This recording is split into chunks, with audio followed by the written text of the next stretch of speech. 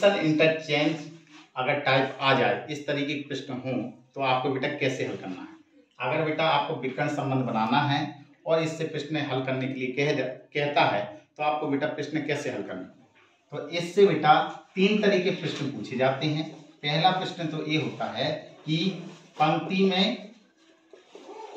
में कुल बैठे व्यक्तियों की संख्या ज्ञात करना।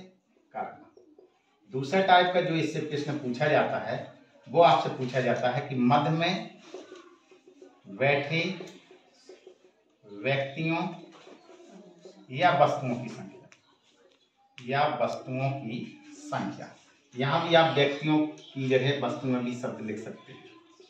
ठीक है, पंक्ति में कुल व्यक्तियों या वस्तुओं की संख्या ज्ञात करना। और दूसरा टाइप का क्वेश्चन कैसे पूछ सकता है कि मध्य में बैठे व्यक्तियों या वस्तुओं की संख्या ज्ञात करना। तीसरे टाइप का जो क्वेश्चन पूछा जाता है वो होता है बेटा नया स्थान ज्ञात करना। तो बेटा मैं आपको क्या बता पोजीशन इंटरचेंज का मतलब क्या होता है। इसमें बेटा कि दो व्यक्ति या दो वस्तुएं आपस में अपना स्थान चेंज करते हैं। जैसे कि मान लिया कि अगर कभी भी ऐसा प्रश्न आ जाए तो आपको बेटा क्या करना है, हमेशा बेटा लेफ्ट साइड में हमेशा उसको लिखना है जिस वस्तु या व्यक्ति के दोनों स्थान दिए। राइट साइड में बेटा उसको लिखना है जिसका नया स्थान ज्ञात करना। तो आपको बेटा क्या करना है, हमेशा बेटा ये नियम होता है कि हमेशा बेटा आपको कैसे चलना है, लेफ्ट से राइट की तरफ चलना है। जैसे कि मान लीजिए कि मैंने एग्जांपल दिया कि किसी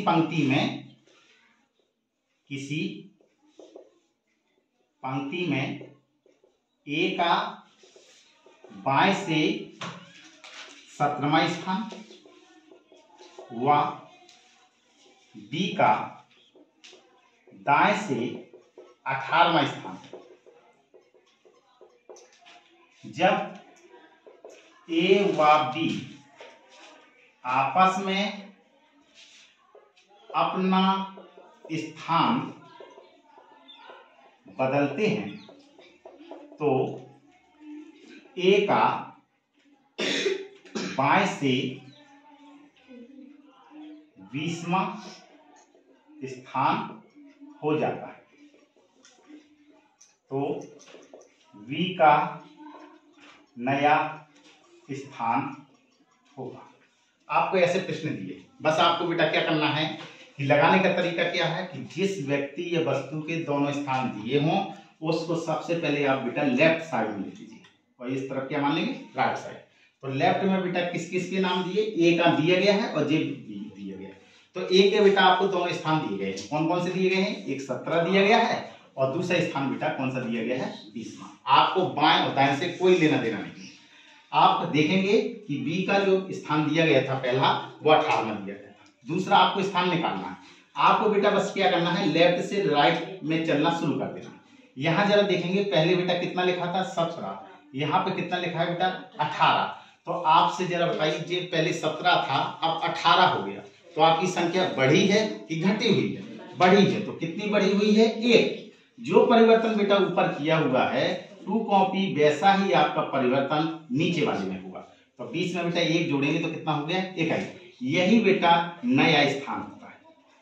तो अगर बेटा कभी भी आपसे नया स्थान पूछा जाए तो आपको बेटा क्या करना है, ऐसे करना है। अब आपको ये देखना है कि अगर हमारा विकर्ण संबंध सही है तो इनके विकर्णों का योगफल हमेशा समान होना चाहिए।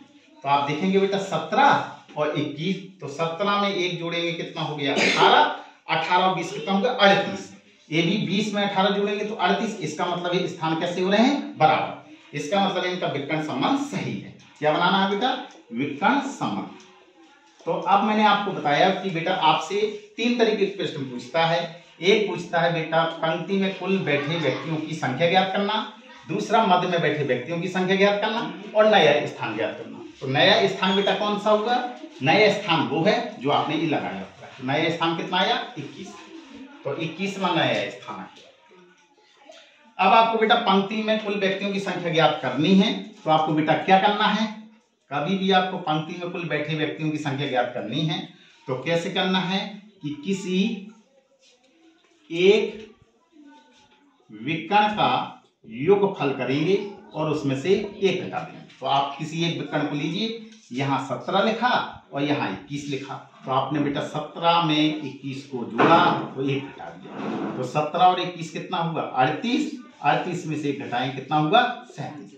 या आप बेटा ऐसा भी कर सकते थे 20 और 18 को ले सकते थे और एक घटा सकते थे, तो अभी बेटा आंसर कितना आएगा 37 ही आएगा।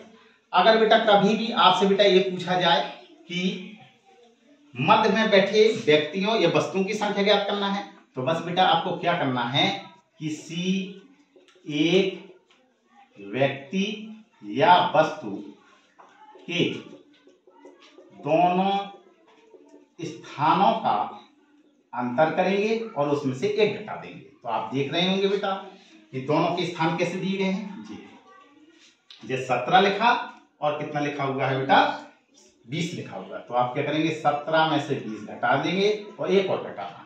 आपको छोटे और बड़े से कोई मतलब नहीं, आपको हमेशा बड़े में से छोटे को घटाना। तो 20 में से 17 गया कितना बचेगा 3 और 3 में से गया कितना होगा 2। तो बैठे मध्य में बैठे व्यक्तियों की संख्या कितनी है 2।